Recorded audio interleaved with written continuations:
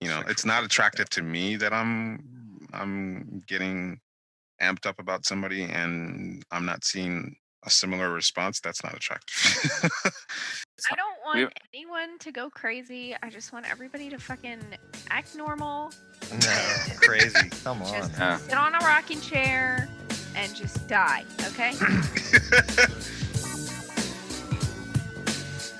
The Big Hormone Enneagram.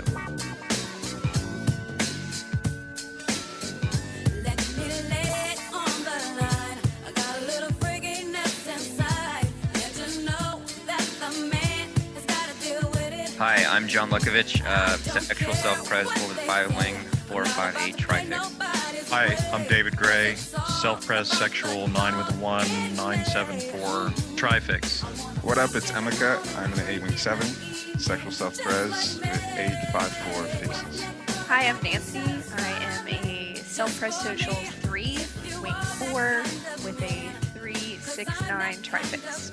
If you like our podcast, guys, make sure you go like and subscribe us on the Apple Podcast app. And if you really like us, you should definitely leave us a review. Welcome to Big Hormone Enneagram. Today we're trying to just breach the topic, get some traction within the topic of attraction. And, just kind of like trying to get at a little bit of ground in a huge topic of attraction just through the lens of instinct. How the three instinctuals types, self-pres, sexual, and social, relate to and express and understand sexual attraction. What gives you a boner? What gets you wet? All of that. What hits your back walls? Yeah, what hits your back walls? This episode is all about what hits your back walls. What flicks the clit? That one's not as bad.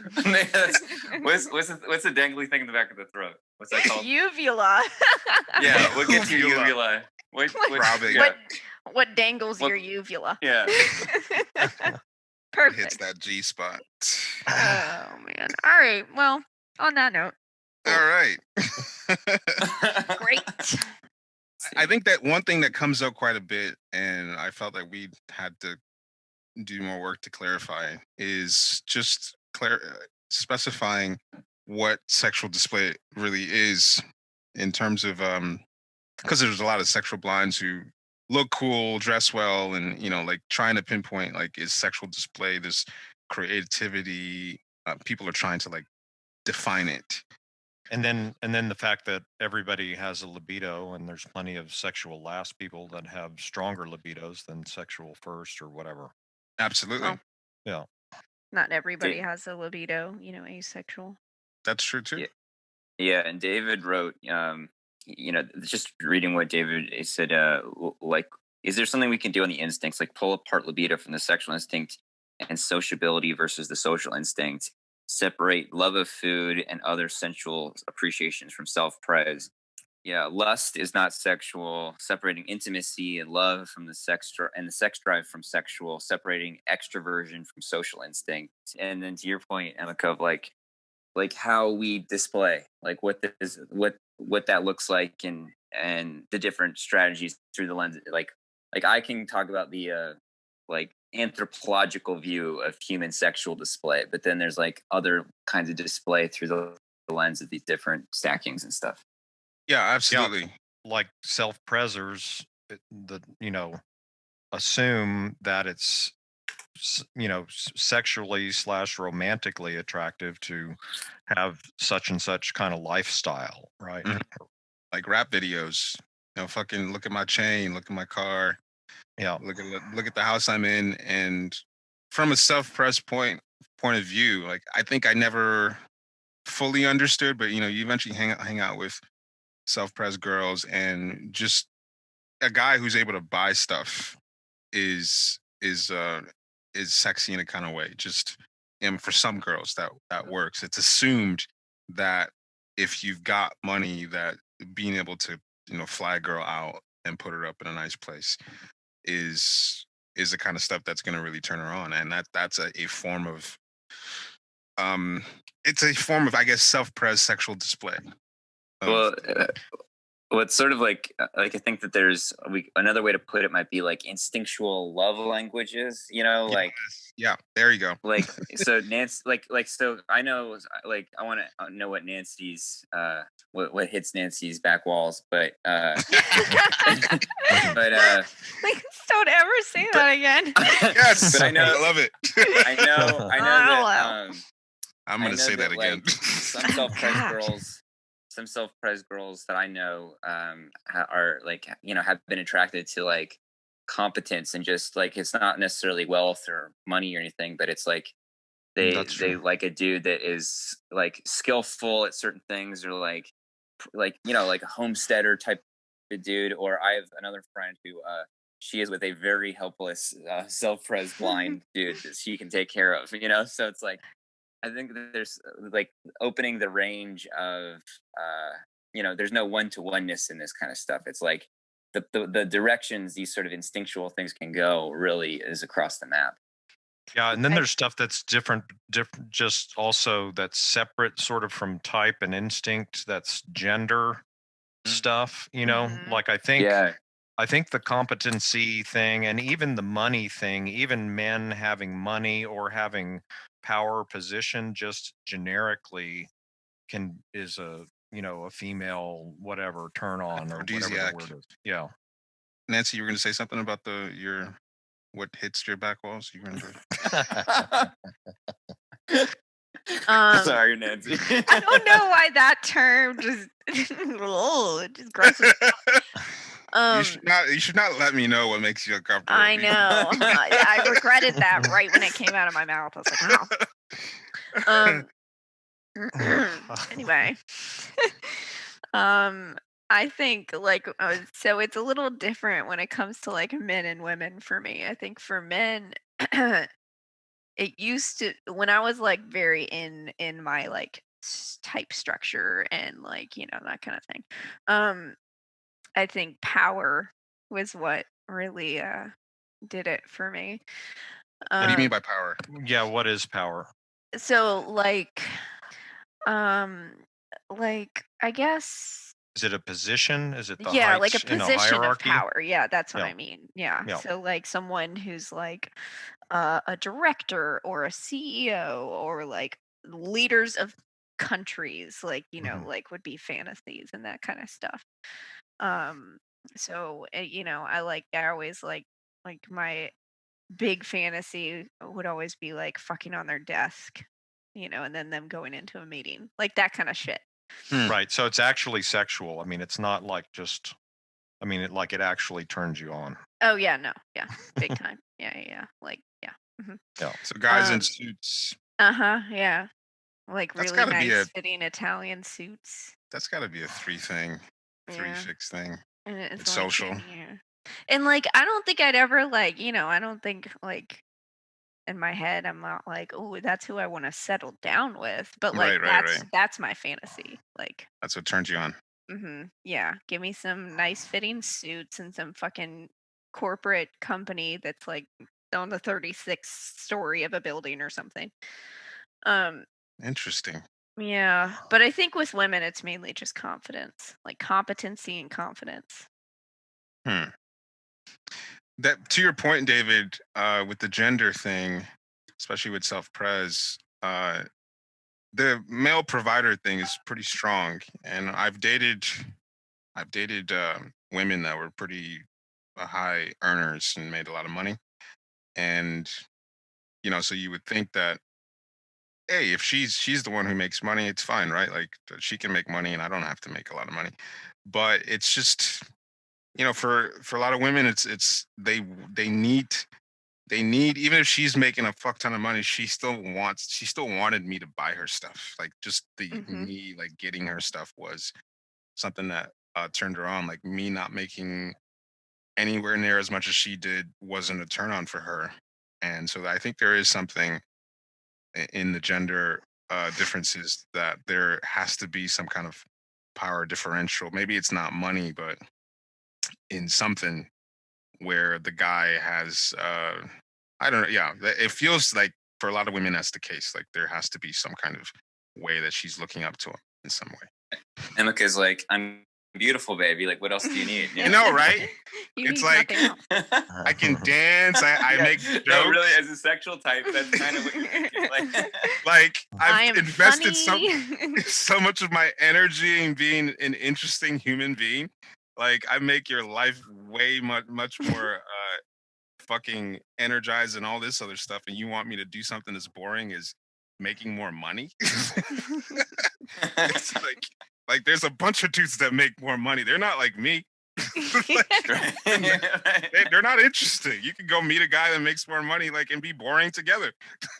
right. Yeah. Totally. The competency That's thing is hilarious. interesting too, and it also kind of, maybe this is in the same category, but like women get turned on by like just seeing a man doing physical work, Mhm. Hmm. that whole thing of just seeing a guy outside, whatever, Like chopping it, chopping wood. chopping wood, Mm, That muscles doesn't make straining, sweating, all that stuff. doesn't mm. make any sense You, to me at you all. push that There you go. wheelbarrow. Mm. There you go. Yep. Hey John, is your friend Felipe? Is that working out for him in terms of? Does his girlfriend care about that kind of stuff? I don't know her specific preferences and stuff, but I mean, like, I know Philippe much better than I know her. But like watching their videos and stuff like that, just on Instagram, she's she seems into it. Like she's she's like they were like they got some furs that they taxidermied or whatever. Yeah. Back from some furs of some animals they killed from back from the taxidermist, and they were like, Philippe's taking it out. He's like, this is a beautiful beaver pelt or whatever. She's like, oh, it's gorgeous. It's like she's from New Zealand, so she's just like, oh my god, fuck. Like I was like, I mean, whoa, that shit is nice. impressive though. Like it's working. I'll admit I've been following his stories, and I saw when he killed that thing, and I had to, scrape all the fucking flesh off of it, and then Oh, he's send doing it in. awesome. Yeah, I mean, it's fucking impressive. So I mean, I would be impressed too if I had a vagina. Yeah. It's my as y'all know, my ex is like super primitive skills and like super self-reliant, and so it'd be interesting. Like she's so self-reliant. I don't know. It'd be interesting to get like a lot of different points of view of different types and stackings and what they find attractive, and and not only stackings but also different sexual orientations and things like that, just to kind of get a wide net of whether like how much of attraction is rooted in stacking and how much is rooted in culture and how much is rooted in Gender. speaking to gender and all that kind of stuff and gender roles and those kind of things. Seems Yeah, like like it's hard for us to it's really hard to be comprehensive on this subject, Yeah. so yeah. many factors. For Yeah. example, I think the one aspect that as social blinds that kind of comes out of left field for us, at least that I've noticed, is just starting a group and the sort of Mm, status that's of interesting. Yep. being leading an enneagram group or just someone who Mhm. knows what they're talking about in this field is something that it's kind of like being the leader of a cult or like a pastor or some shit. If you ever been to That's a combo of social and that competence thing too, kind Mhm. of. Yeah, just over the years of just like the obsessions that sort of happen and these sort of like David, I've seen like a lot the stalker girls that that you've collected over the years. Yeah. Um, just like that's got to be some social. I would assume. Just Yeah. Yeah, it's that thing of on the competency side, it's the thing of, I think we've talked about it in another pod, and John, your buddy Jordan Peterson talks about it as oh yeah, the dominance hierarchy. is well, dominance hierarchy, but also The dominant uh, hierarchy.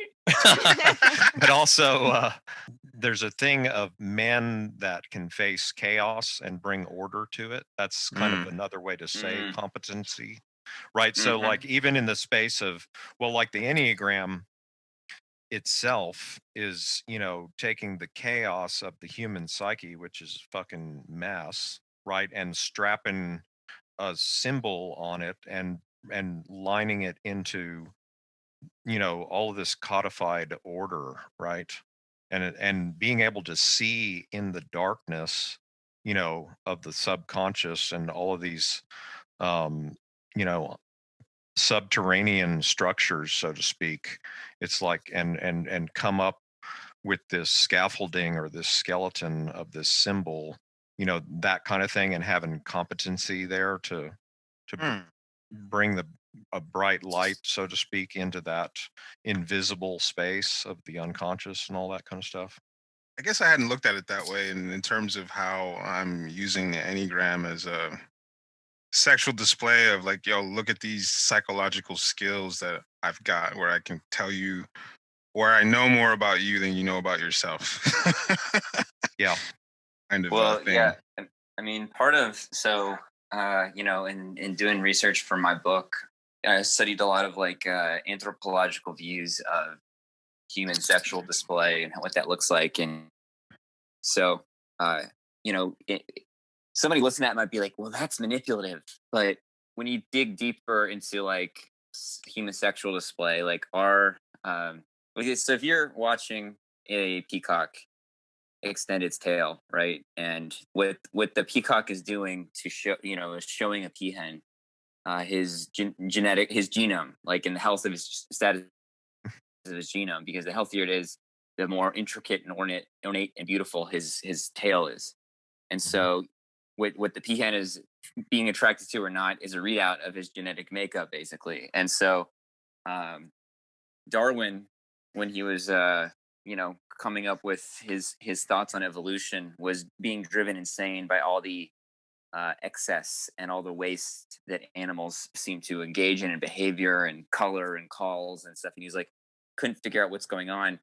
And so he realized that evolution not only has natural selection, which is the survival of the fittest that we're all familiar with, but it's also sexual selection, and that animals adapt to each other's and compete for based on sexual attractiveness and sexual preferences. And so uh, from the point of view of natural selection, like being conservative makes the most sense for an organism, but from the point of view of sexual competition, the excess and the Mm. wastefulness and the opulence is like actually is like what's attractive, because it sort of suggests to um, you know opposite sex or whatever of the species, like suggests that the animal was fit and healthy enough to have developed something to excess, like Yeah. it could clear the hurdle of surviving so well that it could just be excessive and wasteful. So like a peacock's tail is bad from it from the point of view of survival. It's heavy,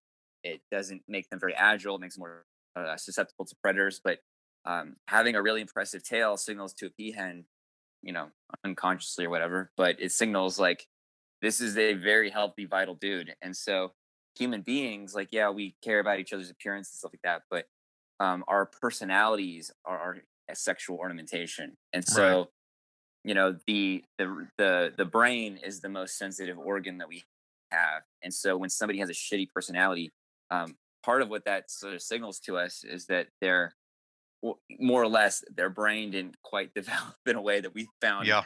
attractive. And so like human talent, like talents of almost any kind, it can think of humor, Yep. poetry, music, art of all kind on one level can be reduced from this point of view to a sexual ornamentation. And so something like being intelligent and being able to articulate like, oh, about yourself, and being skillful about the enneagram or something like that, that's totally that's a sexual ornamentation, whether you know it or not. Like, and that's the Yeah. thing, is that human beings, generally speaking, for the most part, engage in all these activities and hobbies and interests and features of their personality without knowing that without conscious knowledge that in some level that it is building a sexual display.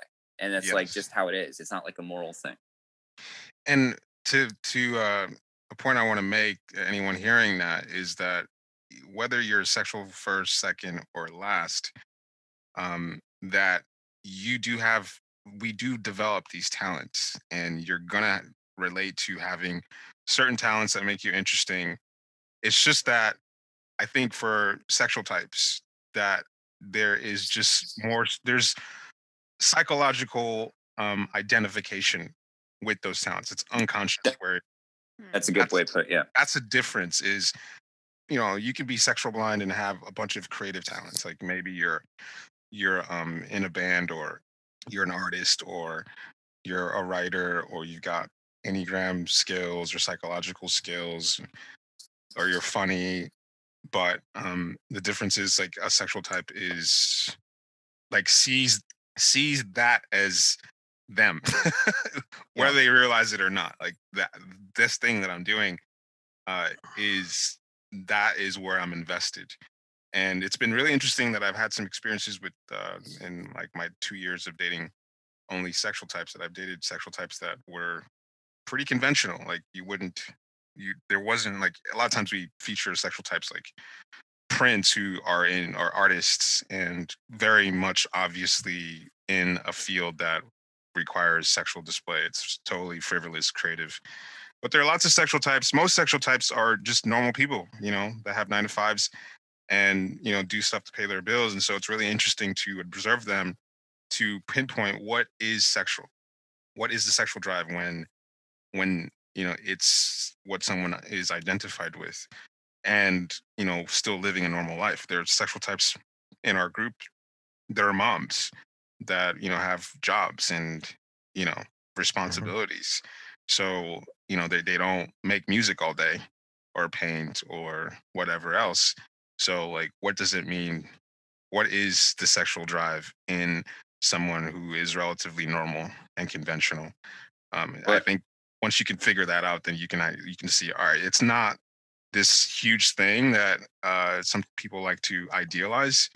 It's pretty normal. So to see it at work in a normal person, I think is a great way to actually see what it is. Part well, of I it think is you hit on an even larger and more important point about all the instincts and stackings. Is that yeah, you can have features you will have features of all the instincts. Like, obviously we're talking, we have some social instinct going Mhm. on, Yeah.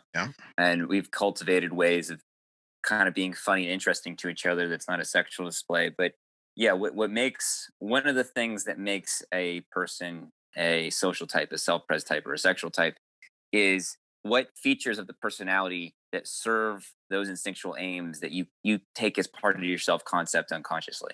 Mhm. you know so sexual type, as you're saying, Emeka, will take on sexual display as like a principal defining features of their identity, whereas somebody who maybe is less sexual in their stacking, they won't necessarily take their personality to just basically be a sexual ornament. Like they'll see their personality as a means of ensuring their survival, or a way to be connected to a larger world. It's like it's not necessarily about what you have or what you're lacking, but where it's featuring psychologically in your self concept.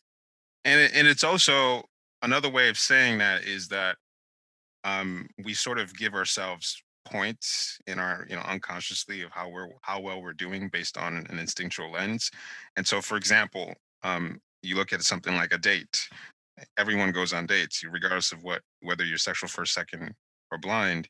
You go on dates, but each of the stackings, they're going to frame how well a date went, or how it's going, uh, based on certain points, internal points that you're giving yourself.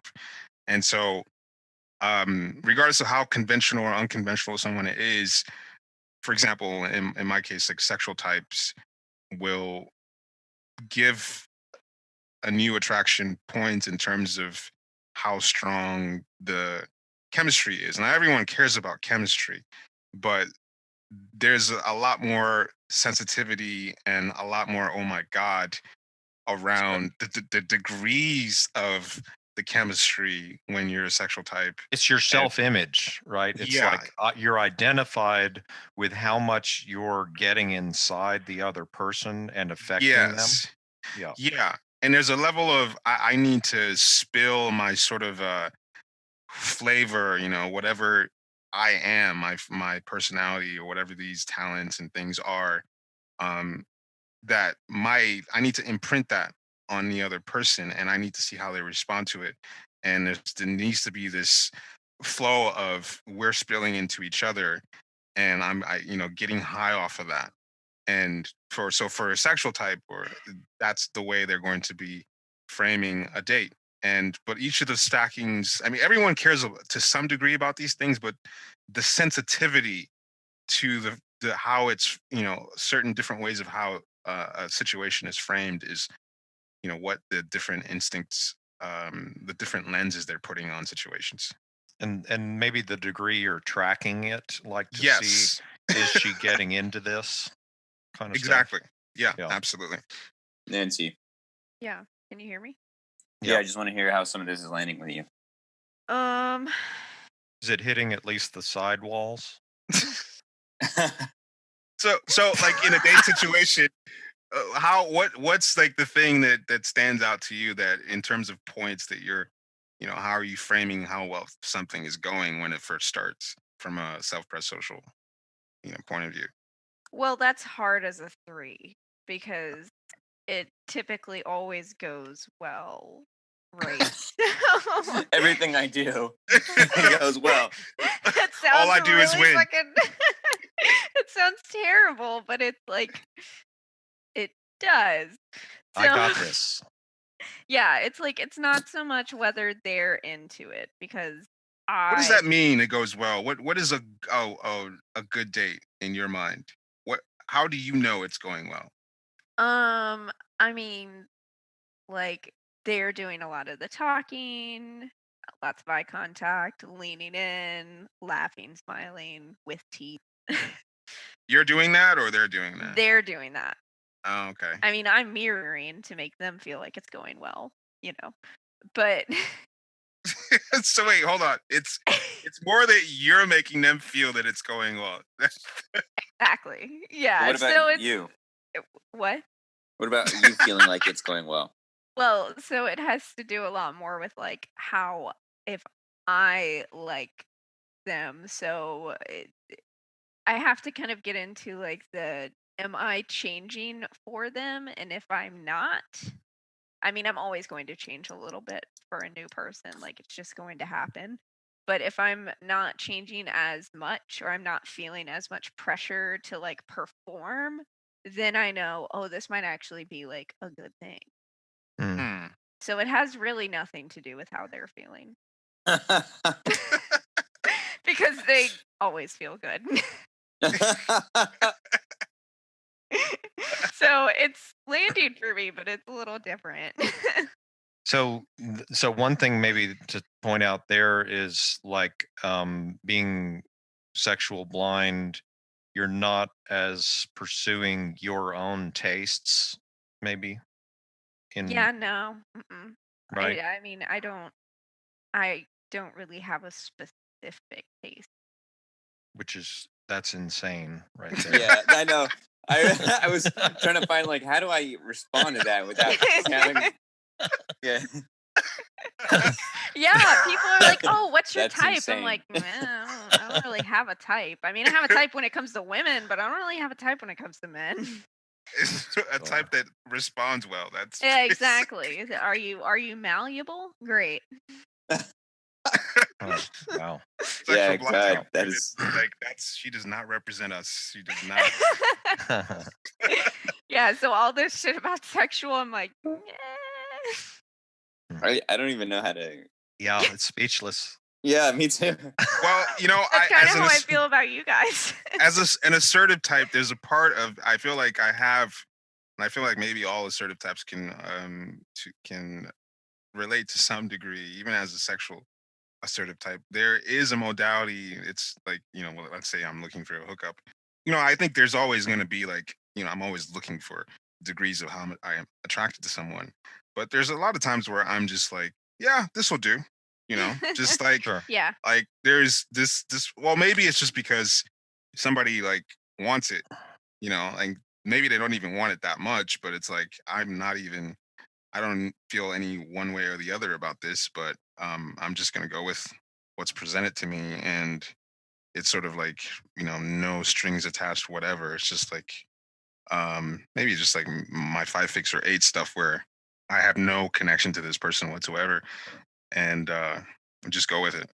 So Yeah. I mean, I there's some level of I don't want to use the word. Flippancy. No, not just like objectifying with these sort of types where it's just like you're just gonna get what you That's a need, good word. That's a good Mhm, you know, word. Yeah. Yeah. where it's just this person is a means to an end, I think. So We- I can relate to that. yeah. The problem that obviously comes along with that is like, especially if you're like one of the more, you know, types that'll mold themselves to what other people want. People will get like swept away with you, and you're just over here like swiping through Oh Tinder, yeah. like, and you're just a hookup, and they're like, "I love you," and it's like, "Oh, Mm. Yeah. whoops, Well, I my mean, bad." so when you got with your boy, was it just that he was just so like you didn't have to like was a major draw that like you didn't have to adapt much, like that he just was into you for you?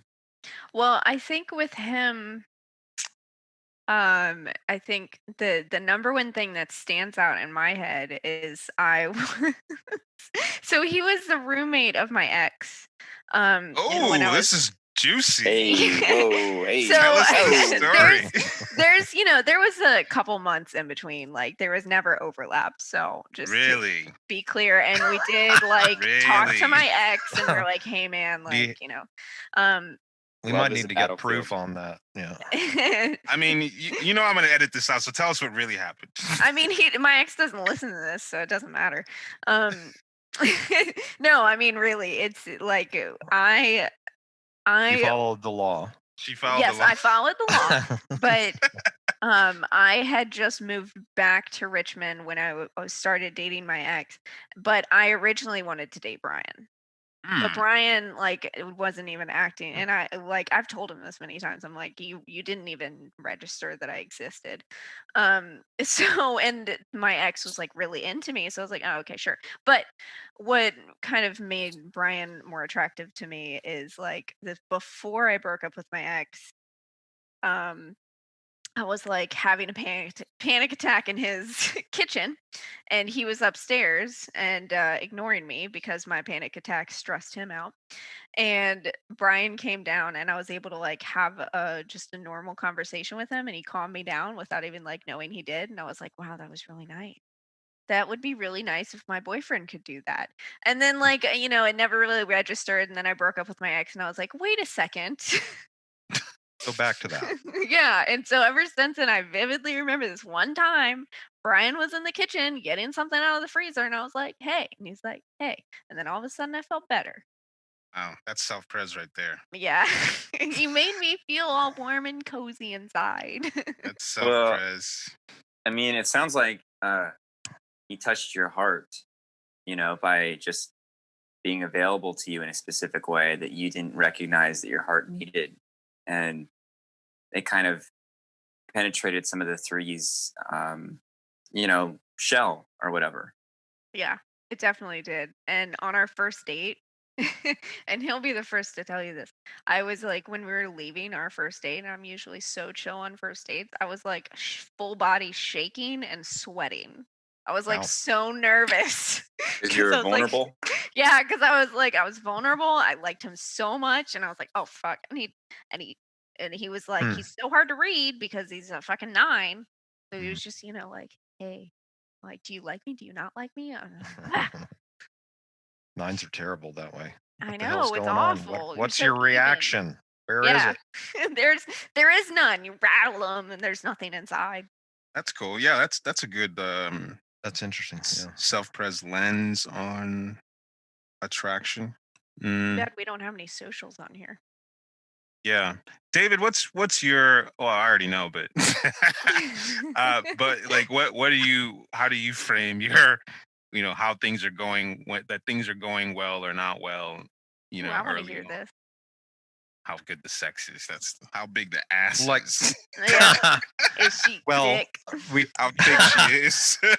How much we meat- talking a date or like what's a scenario or Or what just all of it. Just how do you frame it in your mind that it's going well in the beginning, or what's a good attraction. Get dirty, man. Let's go. Yeah.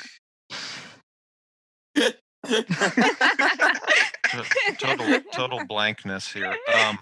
Yeah. Crickets. I can get started for you. Let's get started. Let's Crickets. go. And then David just silent. It's the buns, like how the waist bun ratio has to be a certain. Dim titties. You Is know, that one? no, he's not a titties guy. I Oh, already he's know an ass guy. he's an ass. We're both ass guys, so I the mean, waist. how close That is explains a is lot. the ass scooching towards me? You know, or is it scooching away? No. Let's see. God, I mean, it's too wide open of a question. I don't know where to go. Well, just Score Nancy 9 just did it. needs some specification. Nancy just did it. Like, how do you frame a new attraction? Like how what yeah, like what makes you feel like as a self-pressed sexual makes you feel like this is going well. Well, just how much she's getting into me. You know what I mean? Okay. Just like and I don't know. That can look different on a different woman. You know. Yeah, yeah. So just to Uh, term the degrees of hunger, I guess. yeah, I mean, well, so like one thing I do a lot of is, and this is, it's not particularly conscious, but I guess sometimes it's semi-conscious. Is a lot of not giving them stuff, right? So Nine and playbook. and then seeing how much they're coming towards me, right? Uh-huh. I'm being sort of abstract when I say that, right? So I'm kind of like if it's a woman who's like just obviously objectively an attractive woman, they're used to like guys going really fast and sort of giving to Hmm. get responses and stuff. So Yeah. I make a point of doing none of that, right? Yeah. And Give like for and example, like what's an example of you not giving? let's see. Like no touching Well, or no. yeah, it could be some of that kind of stuff of like body language of some sometimes, I mean, this is one modality. I mean, I've got a lot of tricks here, but We got time. We got time. yeah. Let's hear it. So, but I mean, with certain women, yeah, I mean, this just kind of naturally just falls out is that kind of style of um where they can't tell exactly and they're used to knowing and they're used to it being really obvious. So let's see, how does that look? Yeah, I mean, some of it's stuff like body language, like making a point of not necessarily facing directly with my whole body, right, or Yeah. whatever. like Oh, I i'm hate like i'm that shit. Oh, yeah, It's hilarious. just I fuck could you, be man. ready to walk the other way, so to speak, right? Oh, This is some self-pressed sexual nine, like Oh Yeah. yeah. game right yeah, here. game playing right here. Oh yeah. So but yeah, and then but what happens usually, because I'm amazing at it, is that she does start to is she does start to come to me, right? And it starts to and it can start to drive some women kind of crazy that you're just being that way, Right, which is right. the whole point, right? So you want people to be crazy. So It's no fun if and they're not crazy. yeah, and so yeah, so then I start to give, and I start to give, and then I'm comfortable in that space. I mean, I'm in general, you know what I mean? Sexual instinct is middle for me, and so it's kind of, I can it's a play space for me. And so just so as it starts to get more sort of as she's given me enough and I decide to start giving back, I can get juicy and teasing and touching and just I can look into somebody's eyes without blinking. I mean, I'm not intentionally doing this, but it happens that I will do that, and it can actually get to the almost reverse everything I've just said, where it's Right. unnerving to the woman, right? Because I'm Mhm. just looking, it's like I'm looking into their soul, because now I'm also, kind of penetrating into what's their psychology and their whole emotional style and current state and so forth. And then that's an interesting kind of squirming that goes on for the woman, that's that has its own certain kind of sexual signature to it, right?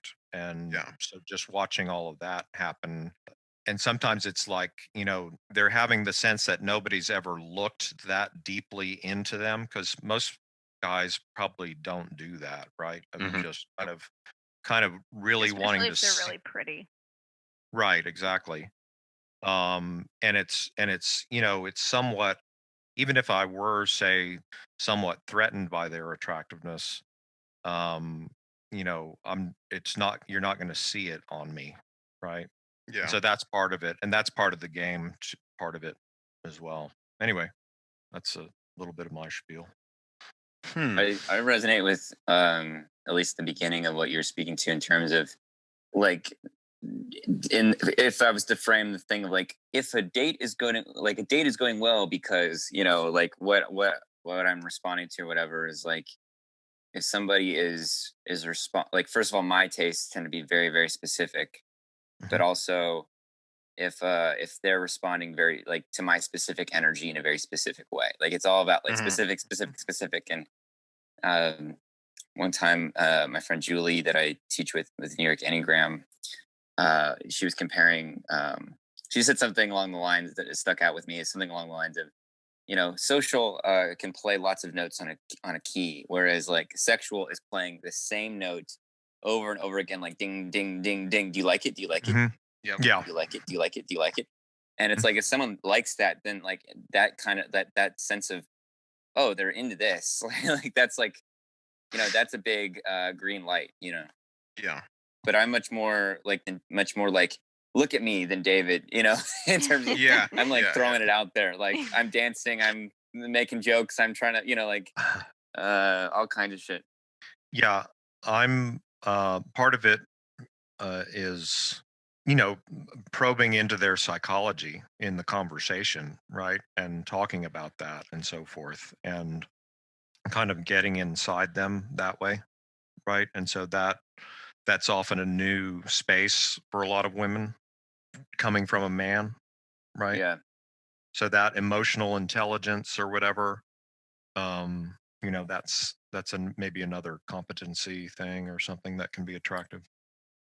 No, I mean, I realized that uh that I was using the Enneagram just unconsciously, just as like the way that my personality operates and stuff. Like it was a way to deeply connect with people, but also yeah, it's like get underneath those layers, and like Hmm. to attract, and not necessarily attract always like from a like I'm gonna get with them or not point of view, but just to see if there's an energy or juice here, like just to get Yeah. things out in the open and in the mix and stuff.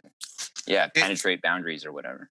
Hmm. for me, it's a way to hold attention, and it's kind Hmm. yeah, it's kind of like if I can hook you into the enneagram, like I'm really into this thing, and it's really deep, and if I can throw it out there and it hooks you, then now we can dive really deep, and before you know it, like we're off in a corner in this, we're talking about like these deep psychological parts of ourselves, and all of a sudden becomes really intimate really quickly. And I think realized, like, I didn't see any gap between myself and the enneagram, because I just gotten so much into it that I'm just talking about something that I feel like it's part of my personality now. And eventually I started to realize how my personality is just a mechanism to test the waters in terms of chemistry with other people. Like I just yeah, I go around doing things consciously or unconsciously to provoke something. And every now and then, like if somebody laughs or somebody like it, responds to it, and that's like an opening. And like maybe there's chemistry here, maybe we have a thing. Hmm. And for like a sexual a thing, like I throw something else out there, see how she responds to it, and maybe she throws it back at me, and before you know it, we have this sort of dynamic. She's laughing, You know, like we got a thing, we got a vibe going. And so like to me it feels really good where I feel like it's going well if I meet somebody and I'm just doing my thing, whatever it is, you know, just fucking with things and people or saying uh, provocative things or whatever, and she's into it and she's throwing stuff back at me, and like it becomes this sort of loop where we could be like the only two people in the room, and it's like it's a then it becomes it has a life of its own, and it's got this its own energy, and it's like yeah, like it's really cool whenever that happens. It doesn't happen that often because I feel like I have a very specific personality that's funny, but like kind of like I don't know what's the word. Evil. Yeah, I was gonna say dark, Yeah. but That's another piece too that I do is show that I'm evil. And I mean that's partly my sexual middle combined with like seven fix stuff is Yeah. like just like I'm somewhat of a flippant not give a fuck bad boy. But I mean Yeah. I'm obviously, you know, a nine, right? So it's Right. not going to be like right. it's not gonna But be too edgy. It's gonna be it's not going to palatable be edgy. well, it's not going to be like some big loud thing or whatever, but it's just like Quietly. I'm going to take some liberties and say some stuff and you know, whatever, whether it's sexual or just have a certain kind of banter. Let's say we're at a restaurant, you know, I'll do some cheeky stuff with whoever's the waiter or the waitress, right? That's like Yeah. the kind of stuff that people don't usually say, Right. and to throw things off a little bit, right? And for there to be some new different kind of response or something, that kind of Yeah. thing. Yeah. Throw a wrench into it, you know, Yeah. just yeah, I do like doing that quite a bit. And yeah, it's a good way to like sort of change things up and see who responds to it. I think that is one of the bigger reasons why I've never dated seriously a sexual type because I can't fucking handle that shit. I Yeah, I cannot know. handle it in public spaces. Like Yeah. my number one, like, ugh, whenever I went on dates, like, and they make me cringe, I'm like, yep, nope. Like, Yeah, if you're with the sexual type, you got to handle some cringe. I hate it. I'm like, man, like this waitress is so over you being a shithead, and I just want to smack you myself. So I'm just gonna go because obviously you need to live your best life, and I'm just gonna hold you back. You know, this is something we mentioned is that the sort of maybe gender differences between sexual types because you know men are generally the displayers, and you know one thing I've noticed with the sexual types who are female in the group is I mean everyone's got their own sort of sexual display, you know, in terms of personality being a sexual display, but there's definitely a difference in the genders, whereas like you know John and I are definitely trying to get a lot more attention that most women would that who are sexual types would be expelling as much energy trying to get. So that I think that's one difference I think I see in the way that the different genders express sexual.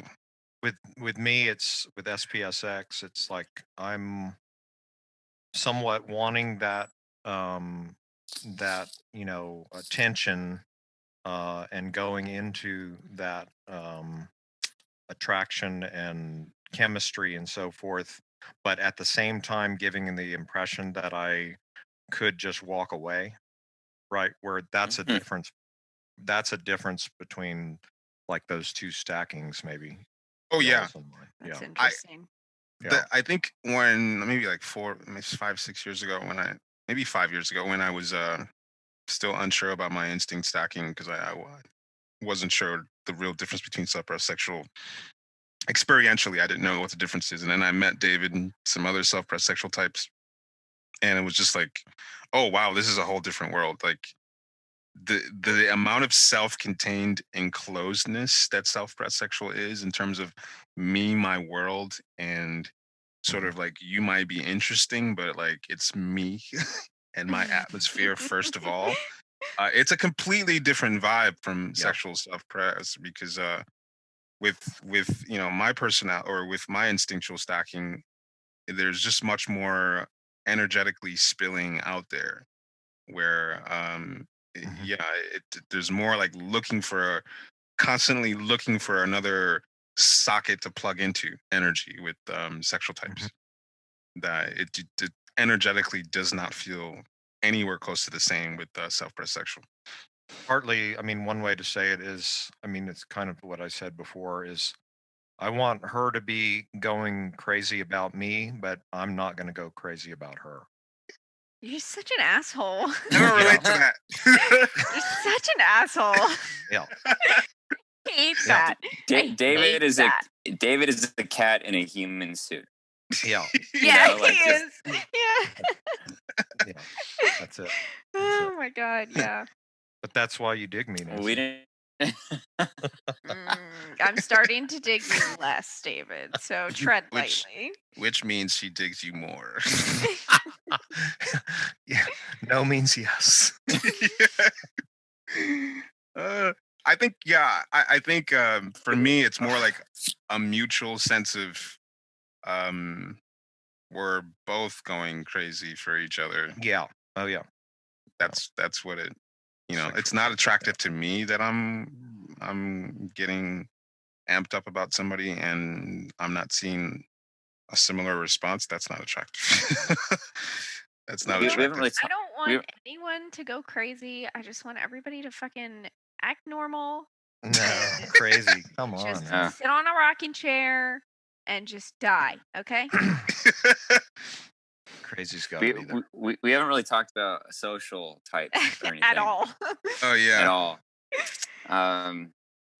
Like I think that a lot of social stuff can spill over easily into display, and it kind of Oh I yeah. see socials like kind of like often sexually displaying in a way that's like they have this certain plausible deniability that they're flirting or whatever. It's like they just sort of escalate like humor Hmm. and being like like just playfully flirty and provocative and things like that, and kind of going into like dipping into like sexual territory and sometimes their social skillfulness means they can actually like go pretty like overtly or clearly into the sexual zone and then go right back out like it's nothing. It's Yeah. like very fluid.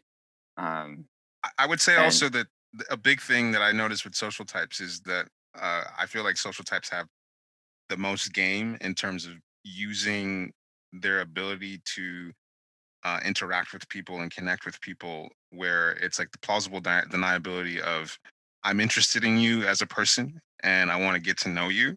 And Mhm. so, when a girl, I've encountered some social type girls who are really smooth and in the sense of let's say you meet someone at a party and you have a conversation and all of a sudden this person wants to exchange information and it feels like this person's interested in you and you're not sure if they're interested in you and this is probably social self-pres you're not sure if they're interested in you, at least from my perspective, if they're just interested in you as a friend or if there's something more.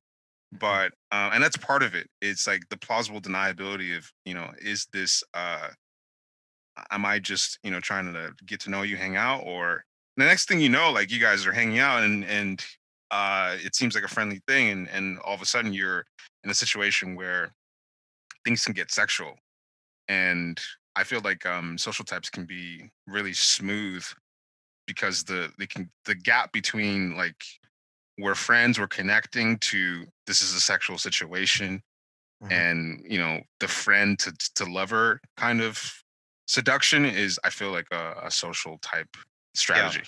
Mhm. Something I notice is that like as a sexual type, I can invite and be totally comfortable with being objectified, and it's like if I'm not objectified, I don't know if I'm somebody's into me in a certain way. Mm. Yeah. um Whereas like social types will really be interested in you as a person. and Mhm. they'll like there's we're talking about sexual and specificity, but it's like specificity of energy. But then social types will be like specifically interested in you as a human being and a person, and it's like so somebody wants to consider me as an individual person, like I Yeah. then I'm not just a snack, like Yeah. I'm like I'm What is a this? three-dimensional human being to them, like they're Yeah. interested in like Yeah. knowing my opinions, it's like And asking about um your family or all Right. That's a big yeah, part that like your always history, yeah. Yeah. throws me for a loop because I think it's Totally. specifically a sexual self-pres thing of I need to be objectified. I feel like it's also true for sexual social types, but a little bit less so because they've got social in play there. But it is definitely something that throws me for a loop with the social types that I've been involved with because there's an or even just social seconds that I've been involved with because even just with one night stands, there's an element of wanting to get to know you in terms of your background and like what you think about Which is things. insane. Yeah, it's just like really connecting. But if it's like I feel like it's just like the assumption that you're supposed to do that. Whereas with social blind, I'm just like, do you think I'm hot? Like, do you think I'm interesting? Are you into my Yeah. vibe? Yeah. Do you want to fuck me? And that's it. And do you want to hang out with me? Um, Whereas with social, there's the sense of I want to know what you think about this, and I want to know where you're from, and I want to know. Hmm. I want to talk to you for a long time, and yeah, Contextualize you. yeah, it kind of it's a blind spot for me for sure. It's like wow, do you really give a fuck about me? Yeah. Well, yeah, on what David said, I mean, I'm social second, but there is a sense like a part of like getting to know someone where I like need to know their family background because I need Hmm. context because I need Mm, to like frame them as a human. yeah. Hmm. Like I don't if you didn't exist before I knew you, I don't know how to relate to you. And then of course my threeness kicks in where I'm Mm. like, who do I be? Oh, Mm. Hmm. hmm. Got to contextualize them. So I guess that's a good sort of note for me. People that I've been involved with who have social, if they're not trying to contextualize me, they're probably not interested. Well, not long that's term, interesting. maybe. Yeah. Hmm. Yeah, yeah. I mean, I just assume as a social blind, because I'm more interested in the energy that I have with someone and less about their. I mean, not to say that I don't care, but it's not part of the frame. It's not part of the Yeah. thing that tells me if it's going well. Like it's more about do we whenever we hang out are we generating drugs, are we generating a high for each, like Yeah. is Yeah. it like really is it like really intoxicating when I'm with this person? And I mean, I don't know, I don't care where you came from. It's Yeah. also it's also a good way to like for I don't know if this is for all social types, but something for me. Um it's a good way for me to like judge how comfortable someone is with me. So like if they like I always think it's like a great like honor to have someone like give me part of their past like informationally um Mm. because then I'm like, oh my gosh, they trust me and they feel safe around me. So if they don't give me that, like for if I'm dating a guy or seeing a guy and he hasn't at all talked about his family, I'm like, oh my god, he's not at all into me and we're just hooking up because Oh, talking about it if he cared about Hmm. me. Well, I guess. Nancy, it sounds like you're speaking to a certain reciprocity as a metric, right? Right. Uh-huh. Hmm. Like I think a social gauge of attraction would be the amount of willing reciprocity, maybe. Yeah. And Yeah. finding commonality in the backgrounds of each other, maybe. Sort Some of. But I think the reciprocity is more important. okay. Yeah. I only somewhat care if it's similar. I mean, Hmm. you So know. someone's willingness to contextualize or be open about contextualizing themselves Yeah. is Like not right away, but like, right, right. That's So interesting. yeah, that's really interesting. know. So like did we get with self-pres, like we covered like sexual sort of looking for or the signal, you know for attraction for sexual types of and then we just did social. But did we really get it with self-pres, like what self-pres types or the self-pres instinct, and everybody's kind of looking as a attraction basis or something like? Because I mean, I think a lot of self-pres is like being each other's atmosphere in a certain way. Yeah, Yeah, that's yeah. true. Like I think even as a self-press middle, um, there is a very sort of the physical experience of being with someone, and it's very crude in the sense of like how do our bodies fit together? Like do No, I that's a do I thing. like it's sort of like the physical experience of someone. Like what is your voice? What does their voice sound like? Do I like the Mhm. sound of their voice? How does their like when you kiss that person, like the logistics of mixing with this person, just yeah, the sensual experience, how comfortable you feel being next to someone, and a lot of that's just like just body to body stuff. Yeah. Yeah, Is it's that hard to something you pull relate to, apart. Nancy? hmm Yeah, I mean, there's a lot that you can tell from like kissing someone. Oh yeah. If like it's not like the first kiss is not all that important because everyone's fucking nervous on first kiss and it doesn't matter. But like, over time it's like kissing, how do our hands fit together? Does cuddling work? Like, I've Mhm. been with guys where like you're cuddling them and you're just like, where does this go? Where do I put things? Like it's like Mhm. it just doesn't work. But yeah, just being in someone's atmosphere, I think. I don't know if I can put other words to it, but that's Thought yes. you were about to say being in somebody's ass. Well, if they're okay with that, you gotta there's Mhm. preparation, you gotta put a towel down. There's Hmm. What do you got to say about that, David? It's not my thing. No, you're talking about the general thing about like atmosphere and self-pres and I was talking about both, maybe just fucking around. yeah, I'm trying to think. I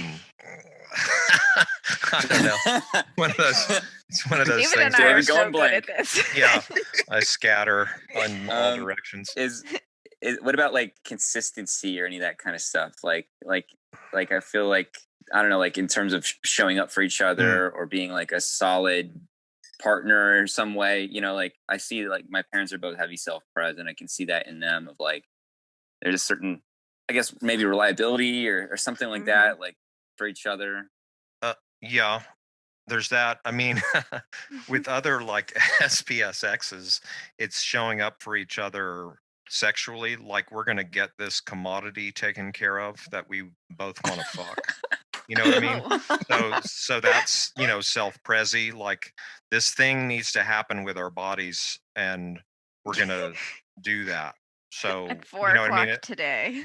And there's well, no, I don't like scheduling. That's not it's not scheduling. But it's when we do get together, um, if it's two self-pres sexuals and we're into each other, then that's kind of an important thing is that um is that we get that thing done. Yeah. you know, I mean, I guess that's can be generic to anybody of any type or stacking, but at the same time it's a certain there's a certain kind of it's a certain style of or what am I trying to say spirit of intimacy that comes from that that feels homey-ish, Yeah. Yeah. even though it's crude and so forth. It feels like, yeah, I'm trying to get to the reliability concept around self-pres like you mentioned, John. It's kind of like a grounding in the body, and the consummation of sex is. I noticed that with self-pres blinds, that they can the consummation, the just getting in the body of doing the sex is less of a must do. I mean, everyone's got a libido, everyone wants to, Yeah, but there's definitely something with the stackings that have self pres where it's like we got to do this, like we gotta, like versus sometimes with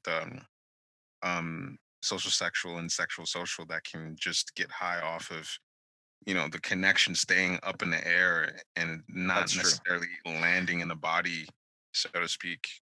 Right. Yeah. So like Right. So like if she's saying whoever she is, whatever type she is, or indicating in some way that it's not going to happen, that's suddenly like, oh, okay, this got actually serious, that she's actually withdrawing that from me. I mean, again, anybody of any stacking could have that kind of response, but it's like you're pulling a meal away from me that you just set in front of me by your presence. And so this is like serious right now, that you're not going to give me your body. So Uh, yeah, Interesting. yeah, yeah, yeah. I mean, as a self-pres middle, I definitely, I mean, the sort of the attraction dance has to land eventually. Like if I'm really into someone, like the point is that it is going to land in the body at some point. yeah, So like we're doing this dance, and you're like, all right, cool, that was a nice dance. I'll see you later. It's like, oh, well, I guess it wasn't. You weren't that into it. The point of the dance is that yeah, we're gonna fuck. yeah, But if you don't want to go there with me, and it's like, and part of it is also not necessarily doing it, it's just knowing that you want to. Like, I need to know true.